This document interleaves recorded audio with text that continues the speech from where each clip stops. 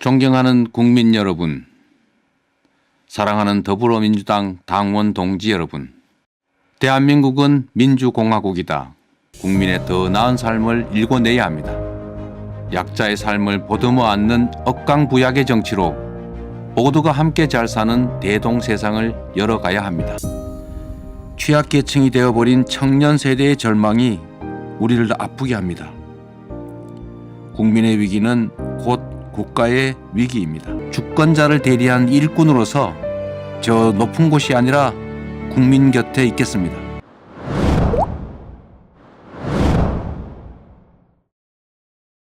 안녕하세요. 대통령에 관한 모든 것을 알려주는 대통령 연구소입니다. 와, 오늘 왜 이렇게 기운이 없으십니까? 기운이 없긴요. 오늘 이제 이게 슈퍼위크잖아요. 네. 민주당 대통령 후보들이 거의 네. 다 이제 출마 선언을 예, 속속들이 이제 나오고 네. 있습니다. 네, 원래 오늘 아침 9시에 원래 출마 선언 발표가 되기로 했는데 훨씬 더 빨리 드디어 이재명 그랬는지 아세요? 지사님의 네, 공개가 9시부터 됐습니다. 네. 민주당의 그 네. 공명선거 모든 후보들이 모여가지고 그 협약식 같은 걸 해야 돼서 네. 7시 반에 공개를 오픈이 됐습니다. 드디어 이재명 지사님께서 그렇죠. 출마 선언을 오늘 하셨습니다. 민주당 현재 1위 후보 이재명 도지사의 출마 선언문 평가회를 시작하겠습니다. 네, 가장 유력한 여당 대선 유력 후보의 이제 출마 선언문을 어떻게 보셨어요? 한마디로. 제가 사실 지금까지 모든 출마 선언을 하셨던 그 출마 선언문을 내셨던 모든 대선 후보의 그 출마 선언문을 리뷰를 했습니다. 저희 그 MBN의 윤범기 기자님과 함께 그 출마 선언 리뷰 모임을 계속했는데 그때마다 이제 제가 굉장히 너무 기대를 굉장히 많이 했는데 너무 준비가 안 되셨다. 그 출마 선언문이란 게 너무 중요하잖아요. 왜냐하면 단지 내가 출마하겠다가 아니라 이 대한민국 국가를 어떻게 이끌어 나갈 것인지에 대한 그 비전이 다 녹아 있는 것이 출마 선언문이었는데 너무 제가 실망도 많이 하고 그래서 제가 엄청 노골적이고 신랄하게 지금까지 계속 그 리뷰 모임에서 엄청나게 이렇게 계속 그런 나를 세웠는데 딱 이재명 지사님 오늘 그 영상을 보는데 이거 준비 많이 하셨다. 이거 굉장히 역시 준비되어 있는 후보다. 저도 좀 막 마음적으로는 이렇게 좀 이렇게 트집 잡을 게 없을까 계속 이렇게 좀 낱낱이 이렇게 했지만 굉장히 저는 아주 준비가 되어 있는 후보라는 생각을 역시 1위 후보다 이런 생각을 했습니다. 새로운 대한민국 이재명은 합니다. 이 구호가 주는 느낌은 어때요?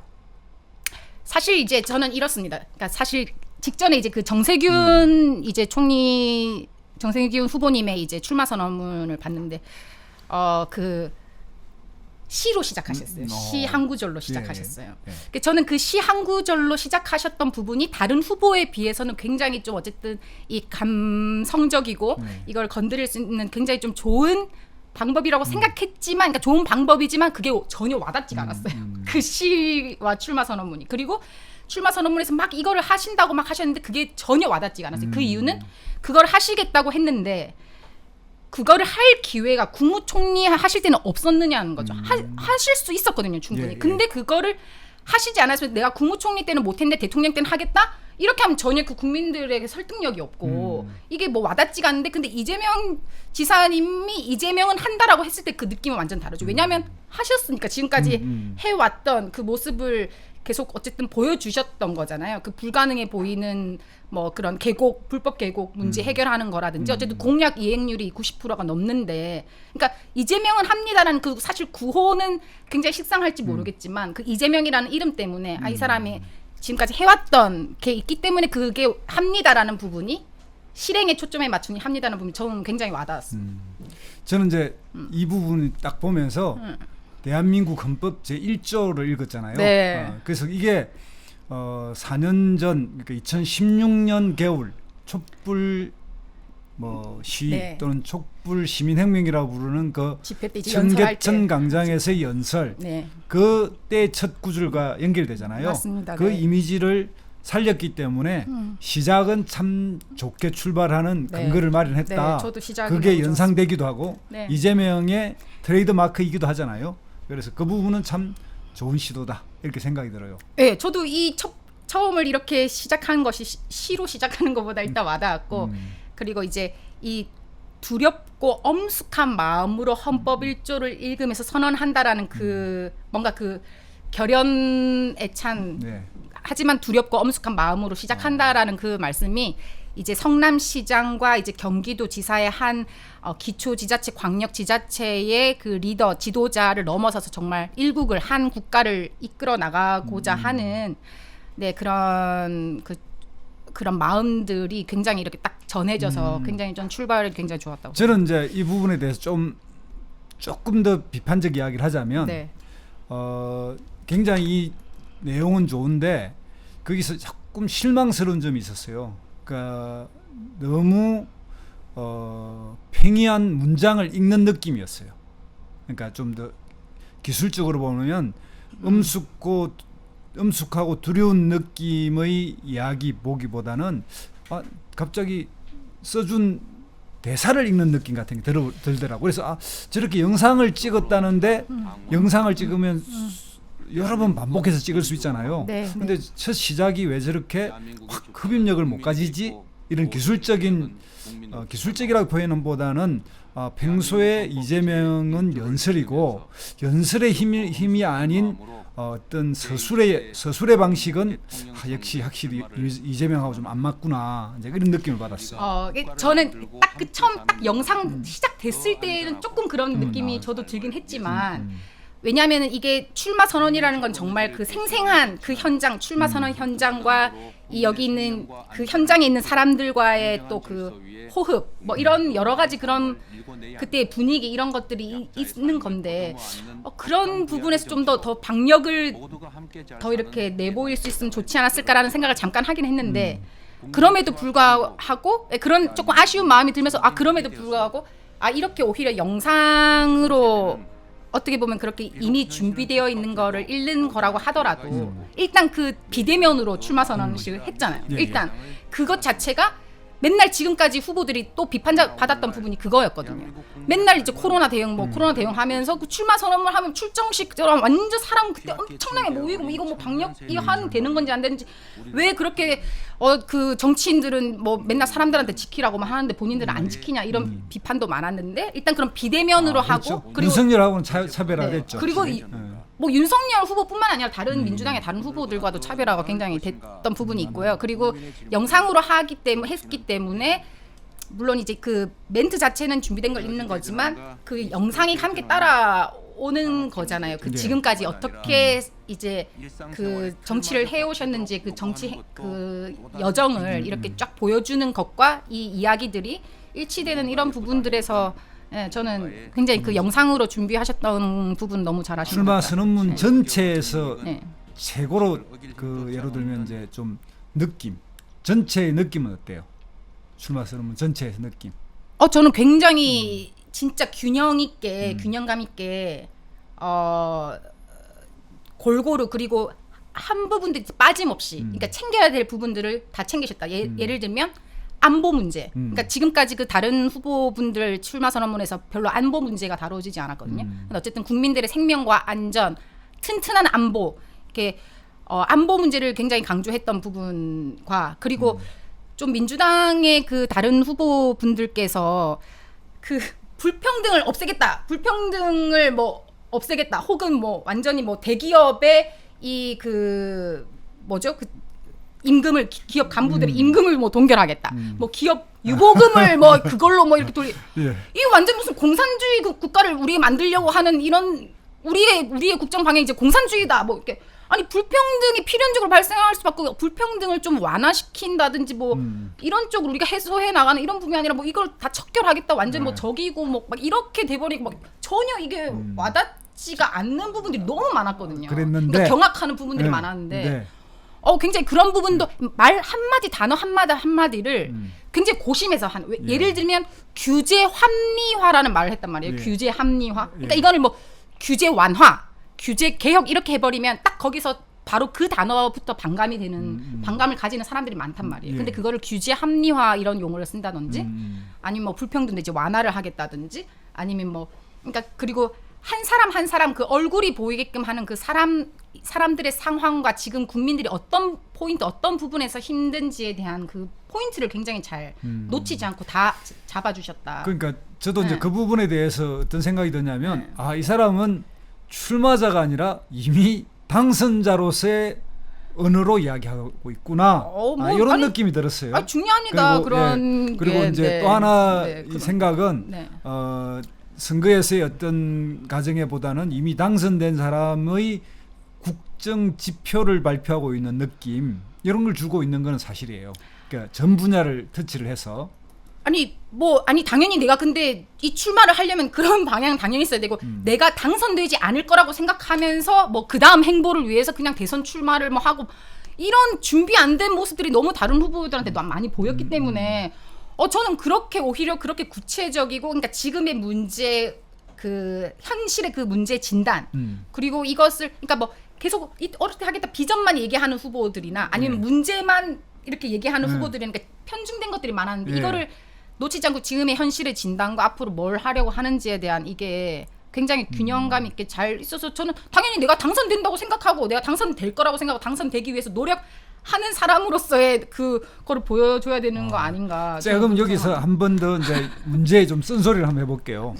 그러니까 제가 이 보면서 뭐냐면 그 한 나라의 지도자는 현재 대한민국이 어디에 있는지에 대한 규정을 좀 정확하게 하는 게 중요한데 이재명 지사가 한 나라 대한민국의 어떤 이 현재 상태를 규정한 것이 전 세계적인 흐름이나 어떤 외교 안보적 측면의 정세와 연결, 국제의 관계 이런 속에서 대한민국의 위상을 정립해내고 그 속에서 대한민국 위치를 설정하기보다는 너무 일국적, 우리 대한민국 내부적 현황만 분석하고 그 현황만 이야기한 느낌이 들어요. 그러니까 예를 들면 우리가 하고 있는 이제 글로벌 가치 현재 뭐 반도체 뭐 이런 그 산업적 그리고 이제 미국 중심의 그리고 동부 아시아의 어떤 정세 이런 걸 이야기하면서 또 현재 대한민국이 뭐 G7 이런 데서 역할이라든지 이런 걸 통해서 대한민국이 가지고 있는 선진국으로 진입한 이 인식 이런 것을 서술해 놓지는 않았더라고요. 그 부분에 대해서는 어떻게 생각합니까? 네, 뭐 일단 근데 그렇게 일단 일국의 대통령이 되고자 하는 분이 일단 다른 후보들도 그렇게 일단 정말 그런 정세까지 다 이렇게 분석해서 거기서의 대한민국 위치를 이렇게 이야기한 후보들은 거의 없었고요. 그리고 어쨌든 지금의 현재 저성장 시대 이거는 뭐 세계적으로도 우리나라뿐만이 아니라 저성장 시대의 문제, 에너지 전환의 문제, 산업 구조의 대개편 이런 문제는 뭐 이거는 우리나라뿐만이 아니라 전 세계 같이 함께 공통적으로 이제 겪고 있는 이런 것에서 어쨌든 그러면 우리나라가 뭘 해야 되는지 이런 부분은 저는 이제 굳이 그렇게 막 다른 나라와 비교하면서 이제 거기서 하기보다도 전체적인 그런 공통적인 과제 속에서 우리나라 뭘 해야 되는지 그리고 어쨌든 한반도에서의 그 북방 신경제 이런 부분도 언급하면서 앞으로 우리가 나아가야 되는 방향을 뭐 이제 또 새롭게 좀 이쪽 그 북방 신경제라는 이런 새로운 좀 성장 동력을 만들 수 있는 그런 가능성도 언급해주고 네 그런 부분에 대해서도 네 저는 뭐 근데 신남방 정책이 왜 없죠? 근데 그걸 강조했던데 네네네. 그 신남방 정책이 없고 네. 그리고 한반도의 지정학적 위치를 이제 대륙 세력과 해양 세력의 충돌에서 자주국방으로서 안보를 지키겠다 이 개념에만 딱 한 번 외교 안보적 인식을 담아놔서 그 점에 이제 아쉬운 점을 제가 이제 지적한 거고요. 한번 또 물어보고 싶은 게 네. 이재명이 꿈꾸는 새로운 대한민국이 뭐 같던가요? 저는 정말 저는 네. 이분이 진짜 그 기울어진 운동장을 좀 바로 잡겠다라고 하는 그런 의지가 굉장히 강력하게 드러났다고 봅니다. 그러니까 다른 후보님들께서 그 좀 위화감을 주셨던 그 부분이 그 지금의 그런 기업의 그런 그 민간을 이제 활성화시키려고 하는 이런 부분들을 다 꺼려 하셨어요. 그래서 오히려 계속 분배 쪽으로만 계속 말씀을 하셨고 그래서 그런 부분에 대해서 살짝 위화감을 줬던 부분들이 많지만 굉장히 딱 정확하게 그런 민간을 활성화시키고 거기에 이렇게 자유를 부여하지만 뭔가 새로운 그 산업의 그 정책을 산업의 구조를 바꾸는 그런 부분은 민간이나 시장으로 하기 어렵기 때문에 이제 그런 부분을 공공이 도와줘야 된다. 그러니까 배고픈 거를 공공이 다 하는 게 아니라 배고픈 거는 시장이 해결하고 그러니까 배 아픈 거를 공공과 행정이 해결하자. 그러니까 민간에서 뭔가 이렇게 여러 가지 그 조금 살짝 문제가 생기면 그걸 바로 내가 그 플레이어로 뛰는 게 아니라 공공과 정부는 그 기울어진 운동장을 평평하게 해주는 역할이지 그 심판이 갑자기 뭐 플레이어로 뛰고 지금 이런 거에서 엄청나게 많은 폐해가 생기고 있잖아요. 그 행정과 그 행정 과잉의 시대로. 그런데 거기에 예를 하나 들면 네. 그 배달의 민족 앱의 그 뭐라 해야 되나 수수료 문제가 발생했을 때 경기도는 거기 뛰어들었잖아요. 예. 그거 어떻게 생각하세요? 굉장히 아픈 부분입니다. 네. 가장 그 이재명 지사님의 그 핵심 또 공약이신데, 네. 그러니까 저는 네. 그 부분에 대해서는 굉장히 좀 비판적입니다. 네. 그러니까 경기도의 공공 배달 앱은 네. 성공할 것 같아요? 물론 이제 그 분의 그 지사님의 그 취지 그것을 하고자 하는 그리고 소상공인을 위한 그런 마음 진정성을 절대 의심하지 않고 진정성을 너무나도 잘 아는데.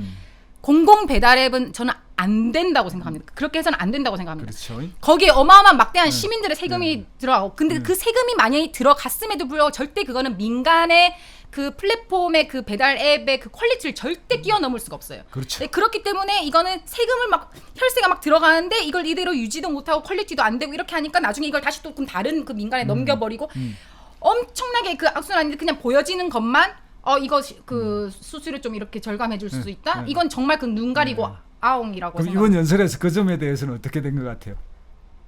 그러니까 공공배달 앱같이 이제 민간을 네. 살려야 될 부분과 네, 네. 공공이 해야 될 역할은 좀 잘 정리된 것 같아요. 그러니까 여기 이제 출마 선언문에 대해서의 이제 그렇게 민간을 활성화시키고 네. 이제 공공은 이제 그 운동장을 바로잡아주는 역할을 하겠다. 그러니까 네.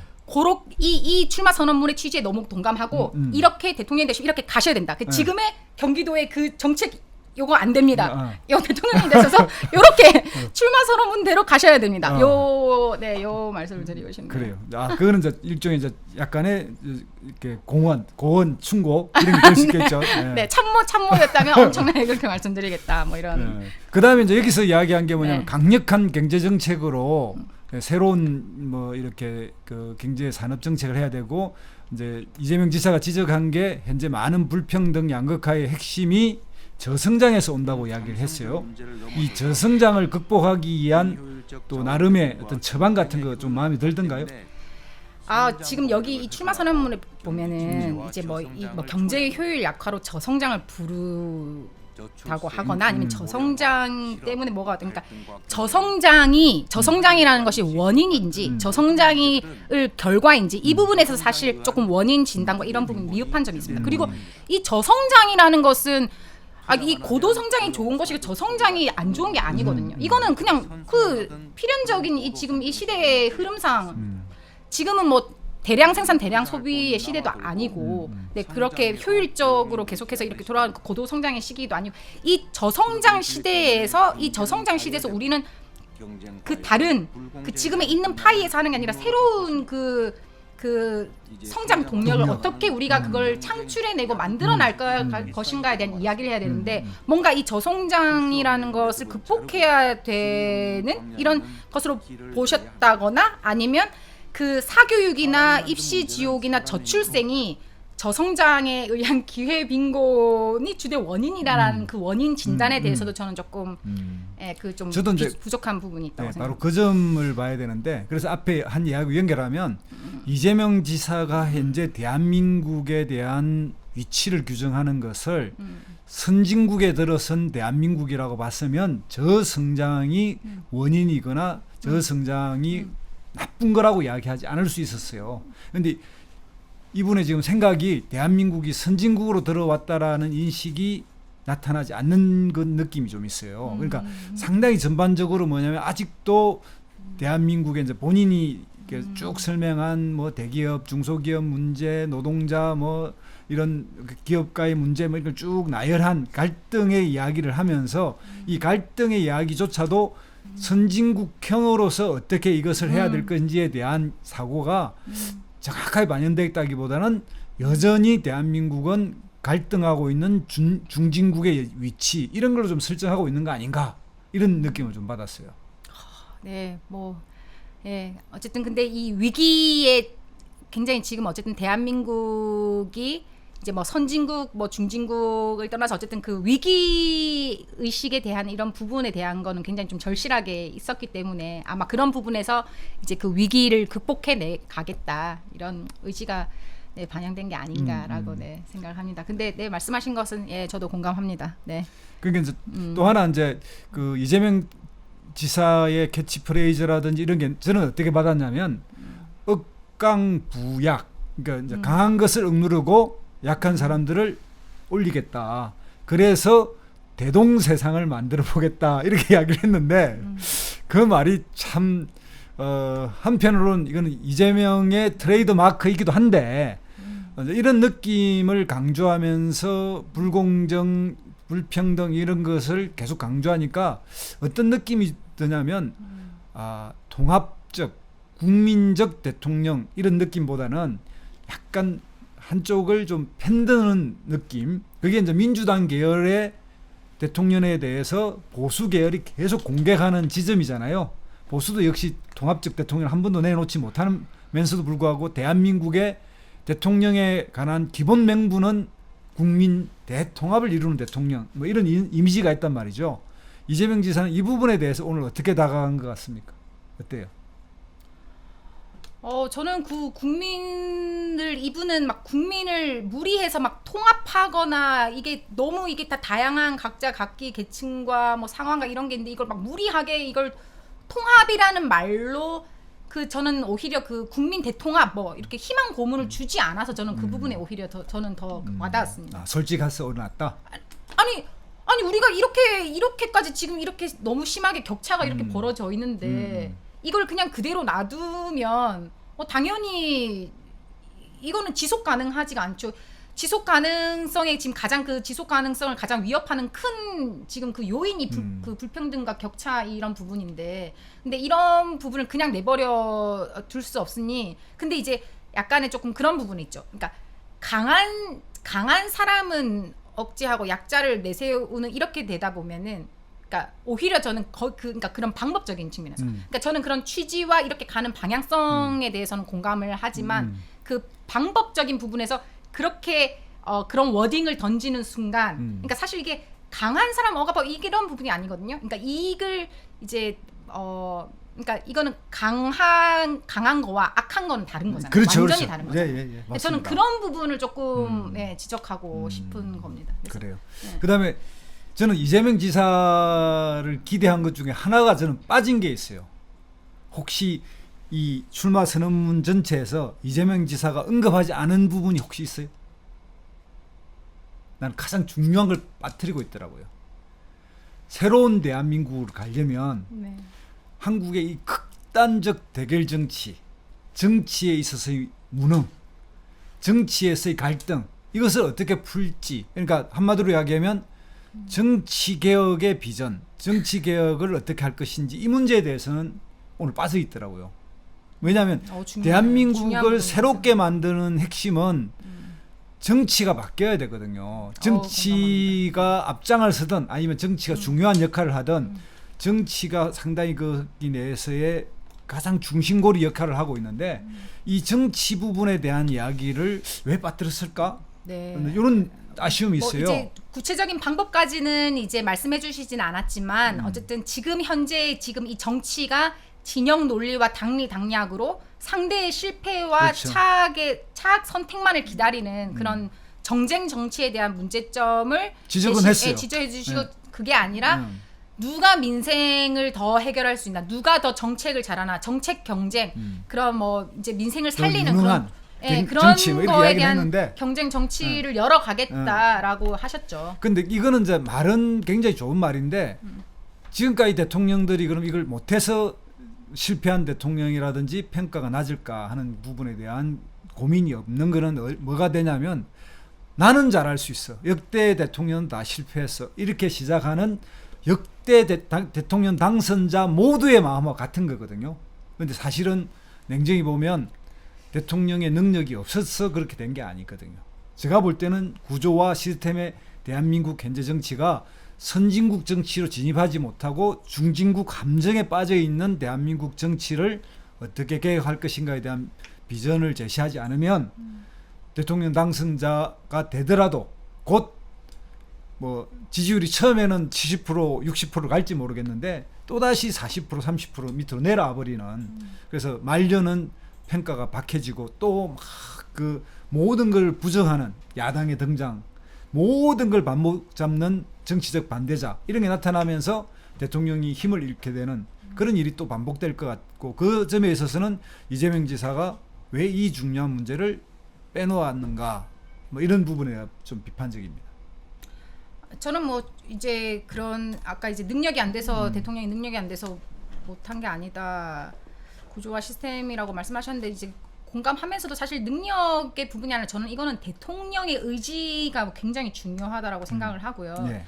충분히 이제 그거를 실현하고자 하는 그런 의지가 있다면 뭐 충분히 그것이 뭐 개헌이 됐든 그걸 뭐 대통령 혼자서는 할 수 없지만 그걸 밀어붙일 수 있는 그 추진하려고 하는 그 의지를 이제 보여주는 건 굉장히 중요하다. 그리고 그런 부분에 대해서는 당연히 인식하고 계실 것이고 근데 왜 이재명은 합니다라고 하는 이제 그런 부분들을 좀 이제 아까 이제 출마 선언에도 말씀하셨잖아요. 그러니까 그런 거를 개혁을 하려고 하면 정치든 뭐든 이렇게 정책이든 개혁을 하려고 하면 기득권의 반발이 상당히 있을 것이다. 하지만 그 기득권의 반발이 있더라도 본인은 그렇게 해왔고 하실 것이다. 그러니까 노무현 대통령께서 이제 그러니까 이게 개혁을 안 해서 지지율이 떨어지는 게 아니거든요. 그러니까 노무현 대통령은 굉장히 그 높은 지지율로 시작을 하셔가지고 이 높은 지지율로 지지율 다 까먹으면서 내가 해야만 하고 우리나라에 필요한 그런 개혁을 계속 추진하셨던 거죠. 그럼 여기에 대한 반발로 지지했던 사람은 이게 아닌 것 같은데 해서 그 지지율을 계속 까먹으셨던 거죠. 근데 저는 그렇게 해야 된다고 보거든요. 그러니까 지지율이 그렇게 그걸 하려고 지지율이 있는 거잖아요. 네, 예. 그거의 지지율을 바탕으로. 그렇죠. 근데 지금의 정부는 지지율만 높잖아요. 그러니까 네. 지지율 부자잖아요. 근데 지지율을 안 까먹으려고 하잖아요. 그러니까 안 하시잖아요, 개혁을. 그러니까 개혁을 하면서 지지율을 까먹으면서 이렇게 해야 되는 이런 부분이 있는 거죠. 근데 뭐 그런 걸 각오하시겠다, 각오하겠다 뭐 이런 의지가 있는 거 아닌가요? 또 한편 내가 뭐냐면 오늘 이제 네. 그 이재명 지사의 그 핵심 캐치프레이즈는 새로운 대한민국이잖아요. 이 새로운 대한민국에 대칭되는 게 뭐냐면 지사의 연설문 전체는 뭐냐면 위기의 대한민국이에요. 그래서 이게 대한민국을 진단하는 거는 어느 정도 공감이 될지는 모르나 한마디로 문재인 정부의 성과나 긍정적인 현상에 대한 칭찬이 한마디도 없어요. 자랑스러운 문재인 정권. 그렇죠. 자랑스러운 훌륭한 네. 김대중, 노무현, 네. 문재인 정부를 이어받겠다는 말만 있지 내용에 있어서 문재인 정부가 우리 한국 사회를 바꾸는 어떤 훌륭한 성과 위에 내가 서 있다는 이런 느낌이 안 들었어요. 그래서 이게 보수 계열이 평론가들이 공격하는 지점이 있어요. 이재명이 들어서면 드디어 소위 말하면 문재인 대통령과 차별화를 시작할 것이다. 오늘의 구호 속에서도 새로운 대한민국 이재명은 합니다. 이 구호 속에서 이재명은 차별화를 하겠구나. 이런 걸 읽어낼지 몰라요. 차별화를 하는 게 국민들한테는 좋은 거죠. 아, 그런가요? 차별화를 하는 게 국민들은 좋은 거죠. 경선 더불어민주당 경선에선 안 좋을 수 있겠죠. 네. 그러니까 지금 그거를 뭐 어쨌든 전략적으로 뭐 이렇게 살짝 너무 구체적으로 들어가지는 않겠지만 그걸 차별화하지 않으면 국민들은 그 이재명 더불어민주당의 이재명 지사를 지지할 이유가 없는 거 아닌가요? 아, 그래요? 그럼요. 그러면 근데 차별화는 어떤 지금 그거를 계속 근데 국민들이 요구하고 있는데 예를 계속, 들면 네. 어떤 걸 차별해야 됩니까? 네? 어떤 걸 차별해야 됩니까? 모든 거죠. 뭐 검찰 개혁, 언론 개혁, 뭐 외교 안보 문제. 근데 네. 이거를 지금의 그 방식으로의 그걸 외치는 구호적인 그런 것이 아니라 그리고 너무 지금 이념 편향된 이념 중심으로 가는 것이 아니라 지금 굉장히 그런 진영 논리에 편향돼서 하는 그거를 깨부수겠다. 난 정말 국민들의 삶 민생으로 가겠다. 계속 구호에 불과한 그런 정치를 하지 않겠다. 이런 그 의지가 있는 거 아닙니까? 그리고 뭐 부동산 문제든 예. 그리고 뭐 지금 어쨌든 뭐 여러 그런 청년들의 그런 뭐 문제든 그리고 굉장히 너무 그 좀 뭐라고 해야 되나요? 아무튼 여러 가지 그 좀 그 내로남불 이런 문제든 네. 지금 이게 내로남불 문제가 너무 어쨌든 그 국민들이 분노하는 지점이니 그러니까 나는 내가 지키지 못할 약속은 하지 않겠다. 이걸 지금 굉장히 강조하시는 거 아닙니까? 그러니까 뭔가 저분은 민주당이지만 그러니까 뭐 국민들이 보기에 민주당 미워. 그래도 이분은 다를 거야. 라 하는 그런 믿음이 있는 거 그 믿음으로 지금 이렇게 지지율이 높으신 거 아닌가요? 예.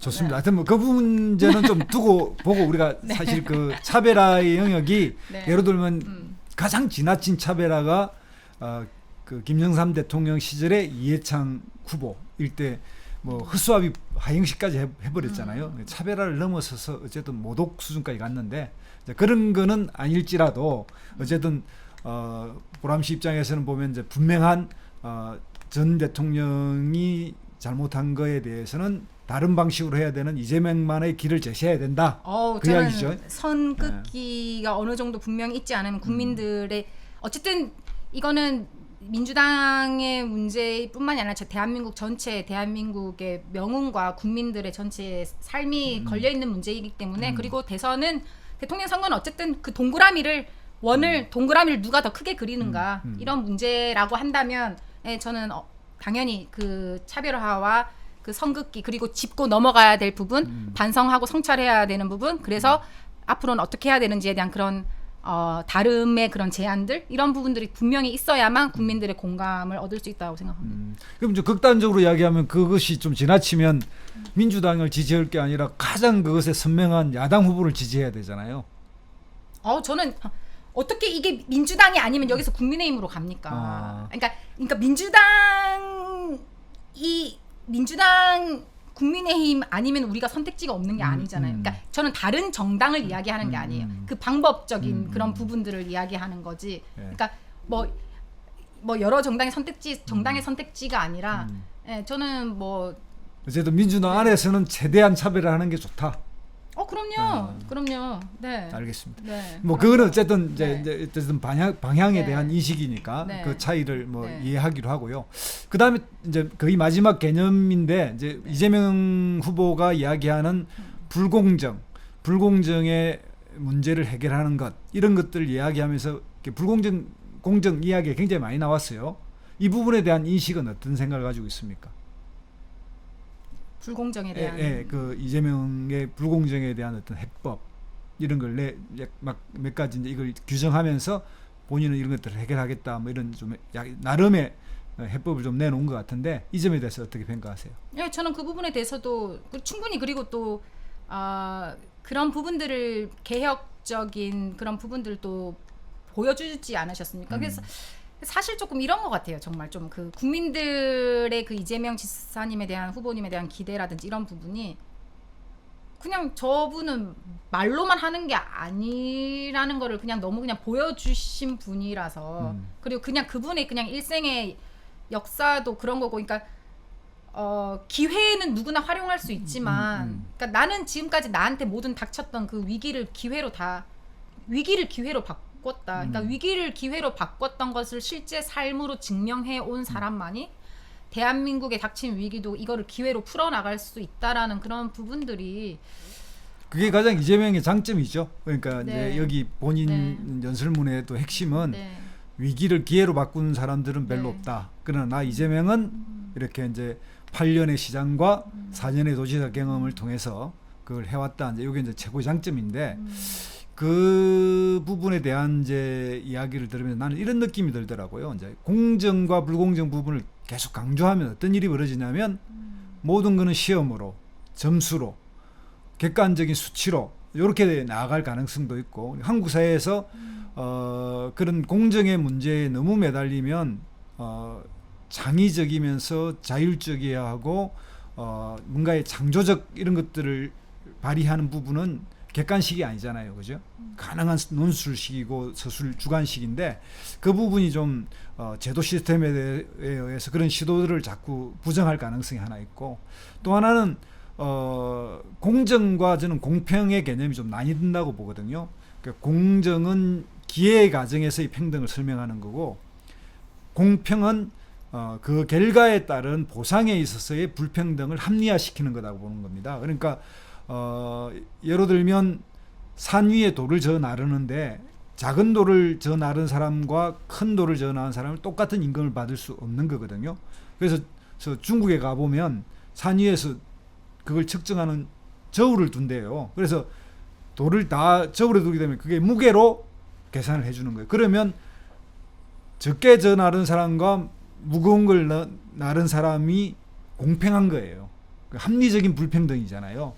이제 이런 식으로 되려면 우리 사회가 뭐냐면 평가의 지표를 좀 올리고 평가의 방식을 다양하게 해서 거기에 맞게 해야 되는데, 그 문제는 이야기하지 않고 계속 가정의 이야기만 하니까 인국공 사태나 이런 인식에서 계속 시험 본 권력만 공정한 거고, 그렇지 않은 거는 불공정한 것처럼 이야기해서 우리 사회의 창의적, 그러니까 이번에 뭐 박승민 최고 같은 경우에도 그 잣대를 갖다 대면 시험 보고 공무원 된 5급이든 7급은 20년 돼야 1급 가는데 저게 왜 1급 가, 이렇게 이야기해 버리는. 그러니까 임용직과 뭐 시험 이런 것도 구분 안 하고 이렇게 다양한 구분이 있는 그런 걸 막 뭉뚱그려서 공정한 잣대를 하나 갖다 댈 때 생기는 대한민국의 비효율과 불필요한 논쟁, 이런 것들이 발생할 수 있는데, 그 점에 대해서 이재명 지사가 분명하게 이야기하고 있지는 않다.